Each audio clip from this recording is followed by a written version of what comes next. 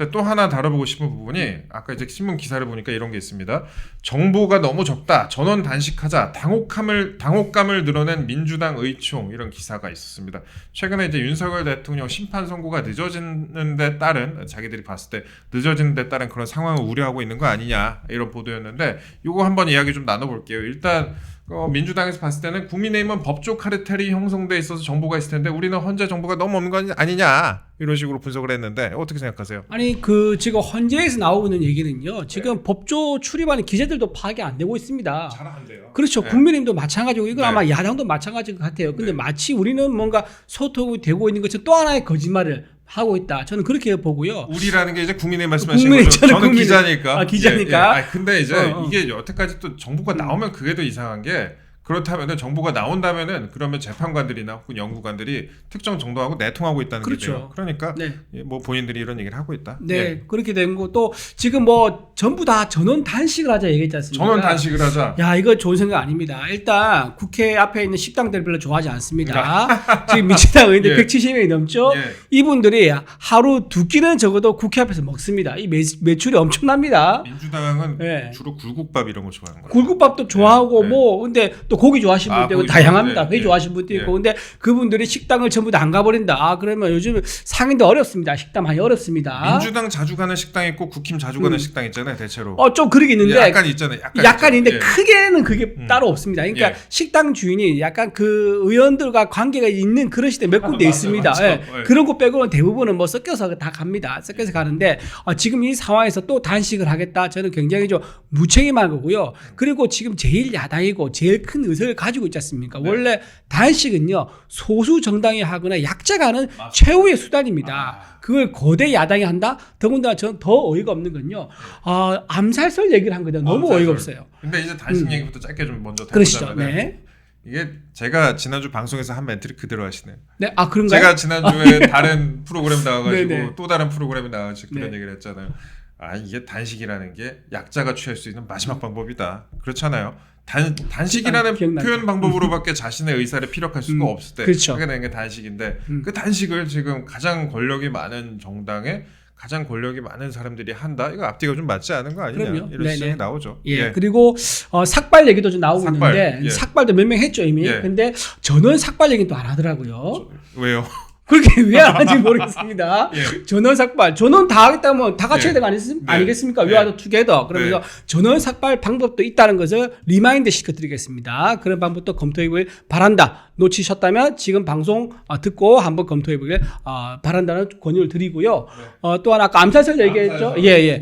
암살설 관련해가지고 제가 좀 이거 공부를 했거든요. 네. 정치에서 암살설은요 상당히 공산주의 사회주의 국가에서 많이 활용된 적이 있습니다. 예, 그래요? 예, 제가 좀 최근 예를 말씀드릴게요. 푸틴 러시아 대통령이죠. 네. 2012년 대선이 있었는데 그때 푸틴에 대한 암살설이 돌았습니다. 그때 어떻게 얘기했냐면요.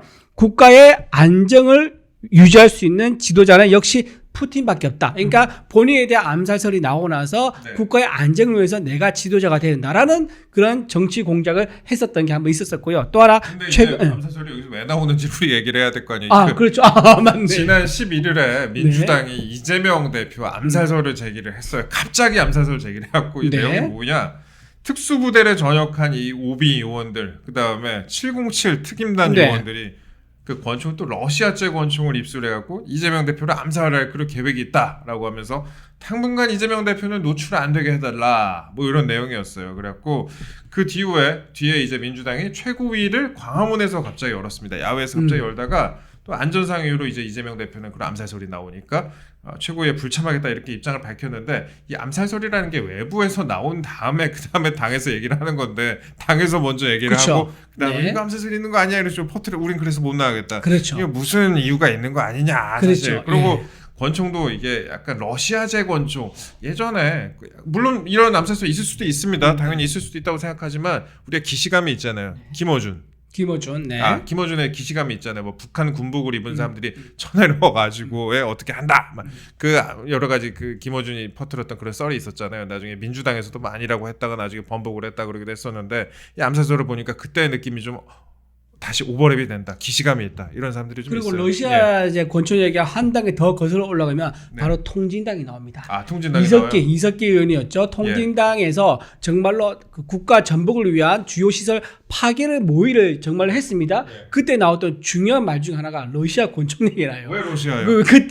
그 판결을 보고 너무 네. 신기해가지고 좀 기억이 아주 생생한데 권총이 필요할 수도 있다라고 하면서 그럼 총 어디서 구할까라는 것을 자기들끼리 모여서 팀별로 이제 모여서 얘기를 하는데 네. 거기서 어디서 구할까 이게 나왔더니 누구 한 명이 얘기를 합니다. 아 러시아 선박이 들어오는 부산에 가면은 권총을 구할 수 있지 않을까라고 해서 그 얘기가 녹화가 돼요. 네. 누가 녹취를 한 거예요. 그래가지고 이게 재판에서 정말 증거로 쓰였습니다. 아. 이런 식으로 통진당 세력들이 권총을 구할 때 부산에 가서 러시아제 권총을 구한다는 얘기가 나왔었고 지금 말씀드린 것처럼 김어준도 북한 공작원들이 옷을 입고 와가지고 뭐 암살한다 이거 나왔었고 그리고 또다시 이재명 대표에 대해서 권총 암살설이 나온다. 러시아제 권총 암살설이 나온다. 이게 전부 다 일맥상통화 연결되어 있다. 라고 좀 말씀을 좀 드리고요. 예, 물론 뭐 똑같다는 건 아니고 똑같은 건 아니고. 뭐 비슷한 부분이 있다 네. 이렇게 말씀을 드리고 예. 뭐 대변인이시잖아요. 이 네, 정도로 또 말씀을 예. 드려야 될 것 같고 그 러시아제 권총 좋은지 잘 모르겠던데 저는 이제 권총 쏴보셨어요? 저는 이제 사병 출신이라서 권총 안 써봤습니다. 저는 권총 많이 써봤습니다. 장교들은 제 쏘죠. 네. 국산 권총 좋습니다. 칼45, 칼38 뭐 여러 가지 다 좋아요. 예. 아, 예, K 뭐 칼45, 칼38 또 뭐 있었는데 기억이 잘 안 나네. 오래돼갖고 예, 쓸만합니다. 예. 네. 국산 방산 장비가 상당히 그리고 좋습니다. 여러분 옛날에 그 6.25 전쟁 때 국회의원들한테 권총이 그 하나씩 나눠줬던 거 혹시 아십니까? 아 그러기도 했어요. 네, 그렇게 있어요. 왜냐하면 6.25라는 전쟁이라는 특수한 상황 때문에 국회의원들은 개별 헌법행 아니겠습니까? 예. 자기 스스로를 보호할 수 있도록 하기 위해서 권총 한정씩 다 국회의원들이 나눴어요. 근데 전쟁 끝나고 나서 그게 회수가 안 되는 거야. 네. 회수 안 돼가지고 이것도 회수하느라고 애를 먹었던 그런 역사적 뒷얘기도 있습니다. 예. 그리고 아까 제가 하다 말았던 푸틴 얘기 잠깐 할까요? 아, 하십시오. 예. 네네네. 그리고 2023년이죠.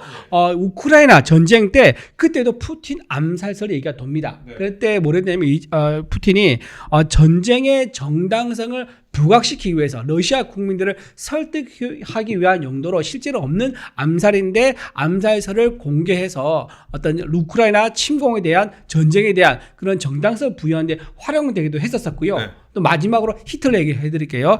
1939년입니다. 독일 미넨에서 비어홀에서 실제 암살 시도가 있었습니다. 네. 그때 히틀러가 살아남았어요. 예. 그때 히틀러가 어떻게 이걸 포장하지 아세요? 기가 막힙니다. 히틀러가 신의 보호를 받는 지도자다라고 포장한 거예요. 그래서 이제 러시아 국민들도 선전선동하는데 또 쓰인 거죠. 이런 식으로 사회주의 국가에서는요 암살설을 굉장히 정치적 목적으로 자주 사용했던 방법이다. 지금 이재명 대표의 암살설이 실제로 있으면 정말 큰 일이지만 과연 현재 맥락 속에서 실제로 그렇죠. 있었는가 의심스러운 부분이 굉장히 높다라고 말씀드립니다. 하필이면 윤석열 대통령 구속 취소 이후에 또 석방됐을 때 왜 네. 갑자기 이런 소리 나오냐? 그러니까요. 라는 네. 합리적인 의심을 좀 해봅니다. 네. 사실 권총은 제가 갑자기 기억나는 게 옛날 타짜 보시면은 네. 그 장군님이 그 도박하다가 돈 잃어가지고 스미스 앤 윌슨 뭐 389경 이러면서 총을 담보로 맡겼던 그 갑자기 생각이 나네요. 아 타짜 원해서 그래요? 타짜 원에서 아. 기억 안 나시죠? 당연히 기억 안 나는데. 그 옛날에 곤이랑 화투 치다가 곤이 장군이 알죠, 알죠. 돈 잃어고 아. 중간에 그랬었는데 그 권총이 나중에 등장. TMI입니다. 타짜 안 좋아하시는 분은 모르겠어요. 타짜를 워낙 좋아해가지고. 타짜도 좋아요 진짜. 예. 저는 2편을 정말 좋아합니다. 2편이요? 근데 그 네. 2편을 취급 안 하시는데 그 네. 2편이요 편집이 정말 기가 막힙니다. 그 아. 감독이 누군지 아시죠? 누군데요? 그 써니 했던 그 감독이거든요. 아. 정말 편집이 예술이다.